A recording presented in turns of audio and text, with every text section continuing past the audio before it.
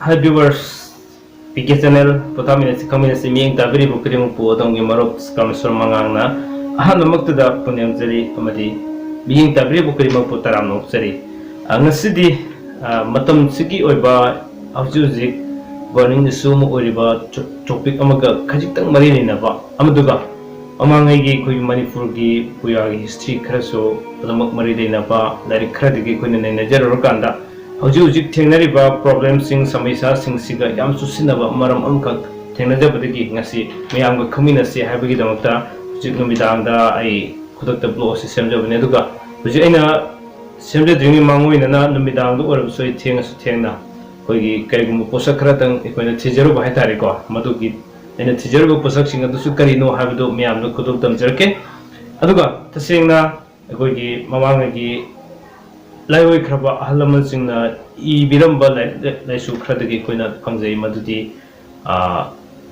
Manipuri Samas, Sabadi Meitei Samas,asi Haukiba Sahi Ing Sok, the Singamaga, Sohunga, Umdramari, Sigimatam, the quick walking Togi Matam Loere Kaina, Ibirambagi Matamaka Tenaze, Haibasi, Mikapon, and Lerambagi Matamado, Loite, Habiki, Tanjama. An tangkaki oina angan matamgi masima laiki aduga hariba larik adudagi koina thengnajabati karino hab targati koina matam amada koigi ahlaman singna so habirame karamna habirame koigi kun suba sahisa that means koi 20th century matam sil loiraba matam dati ahlaman singna so habirame juk loire haibagi juk mari lebsi juk loire haiduna koina thambirame adu matam dati koina Wakon so Habirame, Lawi Kraba, Halaman Sing, when Angang or Rimatam Habiram Hatariko. 21st century Euro Canada, Habikumato Subas, Sahiza Euro Canada, with Juxi or Menina, Sikogi Sergadagi, no so Matanga, Kokumoki Loina, Numina Legacy, and Habiram, Matam de Koina, Yan Fagi and a Lona Kiba, Adobo. Hosi, Koi Lady said 21st century, see Matam Simakada, when I tare. Afringita kun mapanda achoba ko Himalaya ching chow nungma tarak pa yai madu oithok pa yai kaine ko je am kana ngangnari ba kya siga so yam chusinara matam am oiba hiram sing siga amuk khajitang manharap toroga khara nakalam ramda hujujik tongan ba Leina Laichat kya am lai su iraga thambiram haitari ko tongan ko gi kun zuba se hisa sida papung oina sajibu tha sidagi hona ko gi tongan ba Leina Laichat ohum lakani hariba Leina Laichat ohum singasi kari doroga kokani haibudo aduso adumuk direct sidi koina thambiram haitare ko hariba koina pambi ohum je sidigi loroga koina Hidak semaga thakpa targadi hariba Leina Laichat kya ado fabung ngmani haduna ibiram haitare ko masi karam ba pambi singno hargadi matamdu laik ibiram si koigi tunal ne adagi upzak ne aduga tuwa fakne hai adu hujujiki lon dadi koina hariba pami singsi kari an haige matamda mayokfa adigi kokan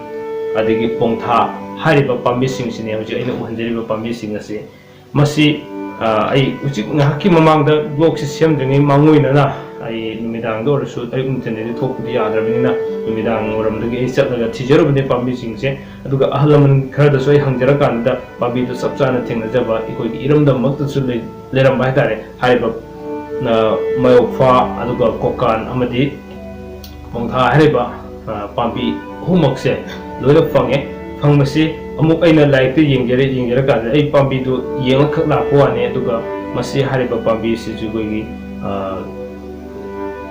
Tangjin Mita, Logo of Hatariko, Tangjin Mita, Irai Mita, Barton Tajarami Hargakun, Tangjin Mita, Logo of Oiba, Aduna, Haribu Mapum, the Chapsana, Kanjara, Vanina, Hoji, Masimana Funny, Habadumakti, Harbin of Jadi like the thing, Baduga, Yam Sanaba, Hojuki Matam, Toanton, Moji, Amado, you need a moment like Gaina, Toanton, Leina Leo Kayama, Leina Laichat Kayama Lakugi. People Malak Matam Sida, Sadadiam, Tazabama Laika Sidazum, Mayam, the Masi, Titan, the Kanaka, Habigidamata, Masiki Blows, Sim Javane, Aduga, Masiki Blows in the Kana, but Lozegi Habigidam, Nate, Aduga, Masina, Kadai Pudikoi, Utopia, Bugi, Adu, Pamis in the day, Sidere, ꯑꯗꯨꯒ ꯍꯥꯏꯔꯤꯕ ꯄꯥꯝꯕꯤꯁꯤꯡ ꯑꯁꯤꯅ ꯀꯔꯤ ꯀꯔꯤ ꯇꯧꯕ ꯌꯥꯕꯒꯦ ꯃꯁꯤꯅ ꯑꯩ ꯏꯁꯥꯗꯒꯤ ꯍꯧꯔꯒ ꯀꯥꯟꯅꯕ ꯐꯪꯉꯒꯗꯤ ꯈꯨꯗꯤꯡꯃꯛ ꯑꯩꯈꯣꯏ ꯀꯥꯟꯅꯕꯗꯨ ꯐꯪꯃꯤꯟꯅꯕꯗ ꯀꯩꯁꯨ ꯀꯥꯏꯗꯦ ꯍꯥꯏꯕꯒꯤ ꯋꯥꯈꯜꯂꯣꯟꯗ ꯃꯁꯤꯒꯤ ꯕ꯭ꯂꯣꯒ ꯑꯁꯤ ꯑꯩ ꯍꯧꯖꯤꯛ ꯅꯨꯃꯤꯗꯥꯡ ꯊꯦꯡꯉꯁꯨ ꯊꯦꯡꯅ ꯑꯩ ꯁꯦꯝꯗꯕ ꯌꯥꯗꯦ ꯈꯟꯗꯨꯅ ꯉꯁꯤꯒꯤ ꯕ꯭ꯂꯣꯒ ꯑꯁꯤ ꯁꯦꯝꯖꯕꯅꯤ ꯑꯗꯨꯅ ꯍꯥꯏꯔꯤꯕꯁꯦ ꯃꯁꯤꯒꯤ ꯑꯩꯈꯣꯏꯅ ꯍꯦꯛ ꯍꯦꯛꯄꯁꯨ ꯌꯥꯗꯕ ꯂꯥꯏꯔꯤꯛꯇꯤ ꯃꯥꯒꯤ ꯂꯥꯏꯁꯣꯟꯗꯤ ꯁꯨꯝ ꯈꯔꯁꯨ ꯑꯗꯨꯃꯛ ꯂꯩꯕꯤꯔꯝꯕ ꯍꯥꯏꯇꯥꯔꯦꯀꯣ ꯃꯁꯤꯃꯛꯇꯤ ꯑꯩꯈꯣꯏꯅ ꯊꯥꯡꯖ ꯅꯨꯃꯤꯠꯇ ꯍꯦꯛꯑꯀꯥꯟꯗ ꯍꯥꯏꯔꯤꯕ ꯄꯥꯝꯕꯤ ꯑꯍꯨꯝꯁꯤꯗꯒꯤ ꯂꯧꯔꯀꯥꯟꯗ ꯑꯩꯈꯣꯏꯅ ꯐꯨꯠꯂꯒ ꯊꯛꯀꯗꯕ ꯍꯥꯏꯇꯥꯔꯦ ꯑꯗꯣ ꯀꯔꯝꯕ ꯄꯥꯝꯕꯤꯅꯣ ꯍꯥꯏꯔꯤꯕꯁꯤꯡꯁꯦ ꯑꯩꯅ ꯈꯤꯇꯪ ꯃꯇꯦꯛꯁꯤꯡꯗ ꯑꯩꯅ ꯅꯩꯅꯖꯔꯀꯥꯟꯗ ꯄꯥꯝꯕꯤꯁꯤꯡꯁꯨ ꯀꯔꯤ ꯀꯔꯤꯅꯣ ꯍꯥꯏꯕꯗꯨ ꯊꯤꯖꯔꯒ ꯑꯍꯜ ꯂꯃꯟꯁꯤꯡ ꯍꯧꯖꯤꯛ ꯍꯧꯖꯤꯛ ꯂꯩꯕꯤꯔꯤꯕ ꯑꯍꯜ ꯂꯃꯟꯁꯤꯡ ꯀꯌꯥꯁꯤꯗꯤ ꯍꯪꯖꯔꯀꯥꯟꯗ ꯄꯥꯝꯕꯤꯁꯤꯡꯁꯦ ꯁꯤꯅꯤ ꯈꯪꯉꯀꯥꯟꯗ ꯑꯃꯨꯛꯇꯪ ꯃꯁꯤ ꯆꯥꯡꯌꯦꯡ ꯃꯤꯟꯁ ꯏꯁꯥꯗꯒꯤ ꯍꯧꯅ ꯑꯃꯨꯛꯇꯪ ꯀꯗꯥꯏꯐꯥꯎ ꯐꯔꯤꯒꯦ ꯍꯥꯏꯕꯗꯨ ꯌꯦꯡꯖꯒꯦ ꯍꯥꯏꯕꯒꯤ ꯗꯃꯛꯇ ꯑꯩ ꯉꯁꯤ ꯃꯌꯥꯝꯁꯨ ꯍꯥꯏꯔꯤꯕꯁꯤꯡ ꯑꯁꯤ ꯑꯩꯈꯣꯏ ꯁꯣꯁꯤꯌꯦꯜ ꯃꯦꯗꯤꯌꯥꯗ ꯀꯌꯥꯗꯤ ꯑꯩꯈꯣꯏꯒꯤ ꯍꯥꯏꯔꯤꯕ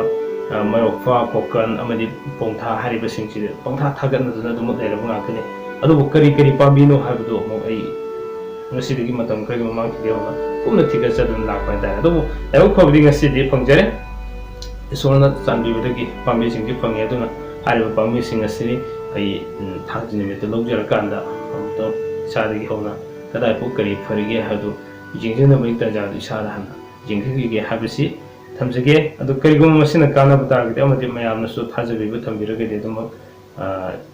ꯈꯪꯃꯤꯟꯅꯁꯤ ꯑꯗꯨꯒ ꯃꯁꯤ ꯑꯐꯕꯔꯣꯝꯗ ꯂꯩꯔꯒꯗꯤ ꯑꯐꯕꯔꯣꯝꯗ ꯑꯗꯨꯃꯛ ꯄꯨꯃꯤꯟꯅꯁꯤ ꯃꯁꯤꯅ ꯑꯁꯤꯕꯨ ꯐꯒꯅꯤ ꯍꯥꯏꯕꯗꯨꯗꯤ ꯍꯥꯏꯕ ꯉꯝꯖꯗꯦ ꯂꯥꯏꯔꯤꯛꯇ ꯊꯦꯡꯅꯔꯛꯄ ꯀꯥꯟꯁꯤꯗ ꯑꯗꯨꯃꯛ ꯑꯩꯅ ꯈꯖꯤꯛꯇꯪ ꯊꯤꯒꯠꯆꯕ ꯋꯥꯅꯤ ꯃꯔꯝꯗꯤ ꯀꯔꯤꯒꯤꯅꯣ ꯍꯥꯏꯕ ꯀꯥꯟꯗ ꯉꯁꯥꯏ ꯑꯩꯅ ꯍꯥꯏꯖꯈꯤꯕꯗꯨꯅꯤ ꯃꯃꯥꯡꯉꯩꯒꯤ ꯂꯥꯏꯑꯣꯏꯈ꯭ꯔꯕ ꯑꯍꯜ ꯂꯃꯟꯁꯤꯡꯅ ꯊꯝꯕꯤꯔꯝꯕ ꯍꯥꯏꯕꯤꯔꯝꯕ ꯆꯠꯅ ꯀꯥꯡꯂꯣꯟ ꯀꯌꯥꯁꯤꯡꯁꯦ ꯃꯁꯤ ꯑꯩꯈꯣꯏꯅ ꯁꯨꯝ ꯊꯨꯒꯥꯏꯔꯛꯄꯅ ꯃꯔꯝ ꯑꯣꯏꯔꯀꯥꯟꯗ ꯑꯩꯈꯣꯏꯅ ꯐꯪꯉꯔꯣꯏꯗꯕ ꯀꯌా ꯑꯃ ꯍꯥꯏꯗꯤ ꯑꯋꯥꯕꯀꯌꯥ ꯂꯥꯛꯄ ꯑꯗꯒꯤ ꯈꯨꯗꯣꯡꯊꯤꯕ ꯀꯌꯥ ꯑꯃ ꯂꯥꯛꯏꯁꯤꯡꯁꯦ ꯃꯁꯤ ahal laman sing na to biram do yana faba mat ai gi wakana ahal laman sing gi mogi philosophy am wang ya na loje moi wakalo yam wang ya loje maram aduna maram orkanda sam na hojuji koina kusokna ba yade hojinti leiba Leina Laichat sida haijaba tare ko sida ai maming panjadra ga so kusokna ba yade kaina si mamang ai gi koi ahal laman sing di kusokna ba wakalon si kem thambiramte yam phajaba